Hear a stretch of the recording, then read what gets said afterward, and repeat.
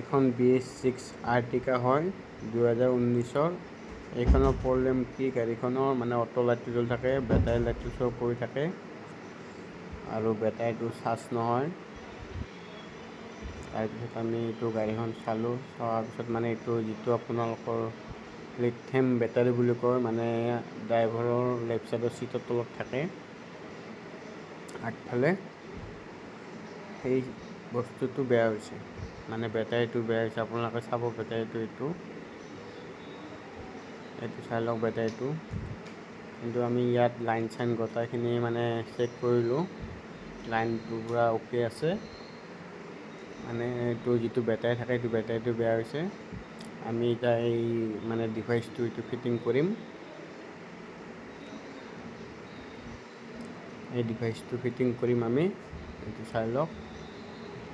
এইটো ডিভাইচটো ফিটিং কৰি আমি চেক কৰি চাম যে আমাৰ অটো লাইটটো যায় নে আৰু বেটাৰী লাইটটো যায় নে নাযায়, চেক কৰি চাই ল'ম। এতিয়া ফাইনেলি আমি লগালোঁ ডিভাইচটো, এতিয়া আমি চেক কৰিম। এইটো চাই লওক, অটো লাইটটো গুচি গৈছে, ডাইনামাৰ বেটাৰী লাইট জ্বলি আছে। এইটো ষ্টাৰ্ট দিলে যাব। আমি এতিয়া ষ্টাৰ্ট কৰিম।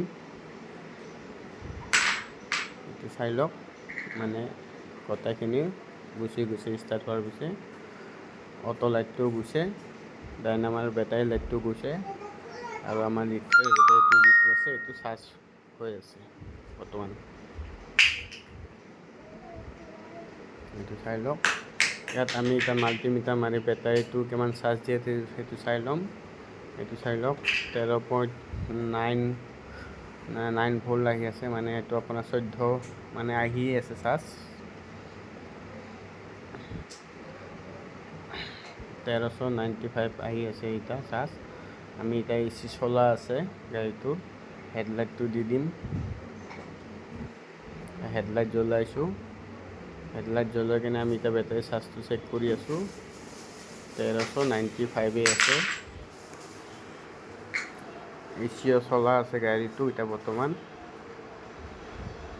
এই চাওক, AC অন হৈ আছে, মানে গাড়ীটো আমাৰ ফাইনেলি গাড়ীখন হৈ গ'ল।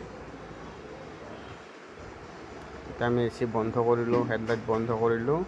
এতিয়া আমাৰ চাৰ্জিং কিমান আছে এইটো চাই ল'ম। এতিয়া চাই লওক আপোনালোকে, 14 আছে।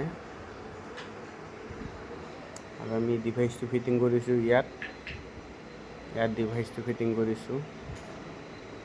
ফাইনেলি গাড়ীখন আমাৰ ক্লিয়াৰ হৈ গ'ল।